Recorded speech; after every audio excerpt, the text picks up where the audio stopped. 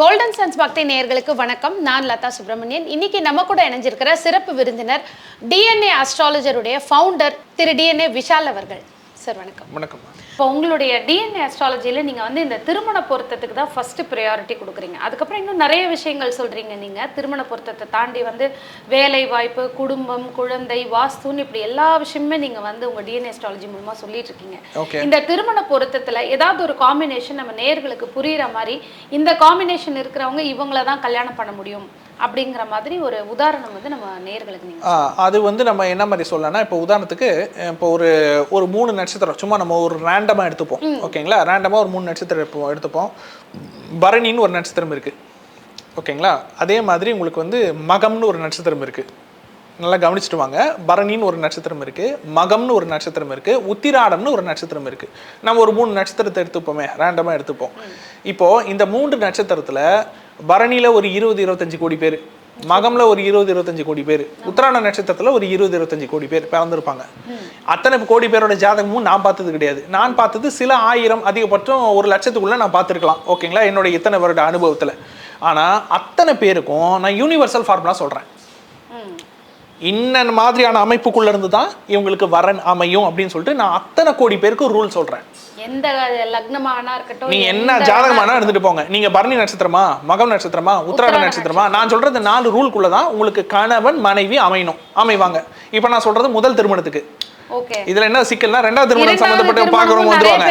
2வது திருமணத்துக்கான பாவ தொடர்பு வேற, அதுக்கு கதையே வேற, அதுக்கான காம்பினேஷனே வேற. அதுக்கு நான் வந்து அப்புறம் பேசுவோம். ஃபர்ஸ்ட் இது வந்து முதல் திருமணத்துக்கு. ஓகேங்களா? அன்மேரிடா இருக்காங்க, இப்பதான் வரன் பாக்குறாங்க அப்படின்னா எப்படி ஃபில்டர் பண்ணலாம், எதுக்குள்ள பார்த்தா முடியும் அப்படின்றதுக்கு நிறைய ஜாதகங்கள் வந்திருக்கும், கன்ஃபியூஷனா இருக்கும். எல்லாத்தையும் எடுத்துட்டு ஜோதிடர் கிட்ட போறது. ஓகேங்களா? இல்ல வரதே அதுக்குள்ளதான் வரும். என்னென்ன பேட்டர்னுக்குள்ள வரும்ன்றதை நான் வந்து சொல்லிடுறேன். இப்போ நான் சொல்றதை வெறும் கல்யாணம் ஆகாதவங்க மட்டும் செக் பண்ணணும்னு அவசியம் கிடையாது. ஏற்கனவே கல்யாணம் ஆனவங்களும் செக் பண்ண முடியும். ஆமா ஆமா. ஏன்னா நடந்து முடிஞ்சது எவிடன்ஸ்ல, நடந்து முடிஞ்ச திருமணம் வந்து எவிடன்ஸ், அதை உங்களால மாற்றவே முடியாது. ஓகேங்களா? அப்போ மனைவியா இருக்கவங்க கணவன் ஜாதகத்தையும், கணவனா இருக்கிறவங்க மனைவி ஜாதகத்தையும் செக் பண்ணிக்க முடியும். ஓகேங்களா?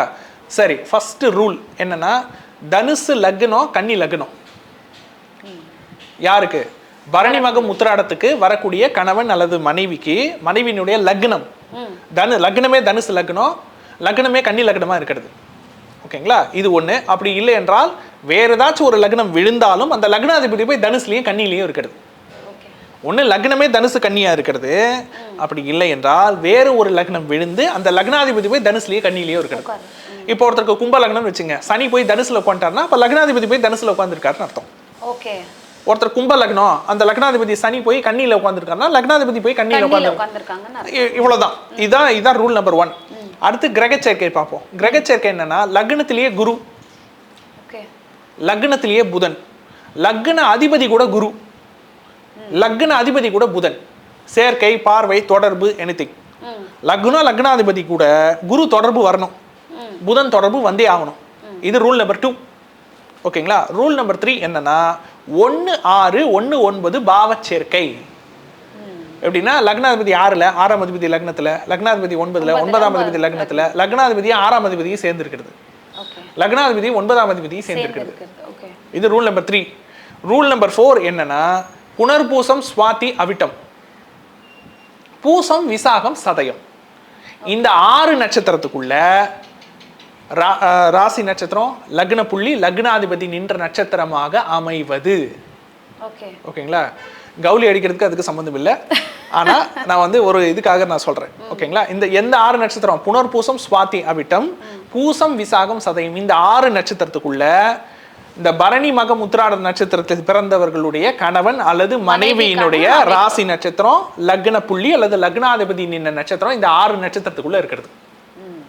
இந்த 4 ரூலை தாண்டி இந்த உலகில் எத்தனை கோடி பரணி மகம் உத்திராடம் நட்சத்திரம் பிறந்தாலும் அவர்களுக்கு வரன் முடியாது. நீங்க முடிக்கணும்னு நினைச்சாலும் முடியாது, அவங்க லவ் பண்ணாலும் முடியாது. அவங்க லவ் பண்ணாலும் வந்து இந்த சேர்க்கை இல்லைன்னா உடனே கமெண்ட்ல வீர் கொண்டு வந்துருவாங்க. சார் இப்ப நீங்க சொன்னது விதி தானே, அப்ப அது ப்ரெடிக்ஷன் தானே? இது ப்ரெடிக்ஷன் கிடையாது. பரணி நட்சத்திரத்துல பிறந்தவங்களுக்கு கல்யாணம் ஆகிறதும் ஆகாம இருக்கிறதும் அவங்க கையில தான். தான் திருமணம் செய்து கொள்ள வேண்டுமா வேண்டாமா என்பதை முடிவு செய்வது ஜாதகம் அல்ல, ஜாதகர். ஓகேங்களா? ஆனா கல்யாணம்னு ஒண்ணு பண்ணா இந்த விதிக்குள்ளதான் அவங்களால பண்ண முடியும். இதுதான் அமைப்பே அப்படிதான் இருக்கு. ஆமா, இதுதான் வரம்பு. ஜாதக வரம்புன்னு ஒண்ணு இருக்கு பாருங்க, அதுதான் வரம்பு, அதுதான் வரையறை. இந்த வரையறைக்கு தெளிவான ஒரு காமனான யூனிவர்சல் ஃபார்முலாவை மரபணு ஜோதிடம் உருவாக்கி கொண்டிருக்கின்றது ஒவ்வொரு ஆஸ்பெக்ட்லையும். நிச்சயமா நிச்சயமா. ஏன்னா பார்த்துட்டு இருக்க நேர்களும் வந்து நீங்கள் செக் பண்ணிக்கலாம்.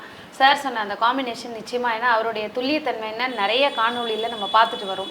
டிஎன்ஏ அஸ்ட்ராலஜி பற்றி மக்களுக்கு வந்து தெளிவாக புரிகிற மாதிரி நிறைய விஷயங்கள் இன்னைக்கு நம்மளோட நிகழ்ச்சியில் சொல்லியிருக்கீங்க.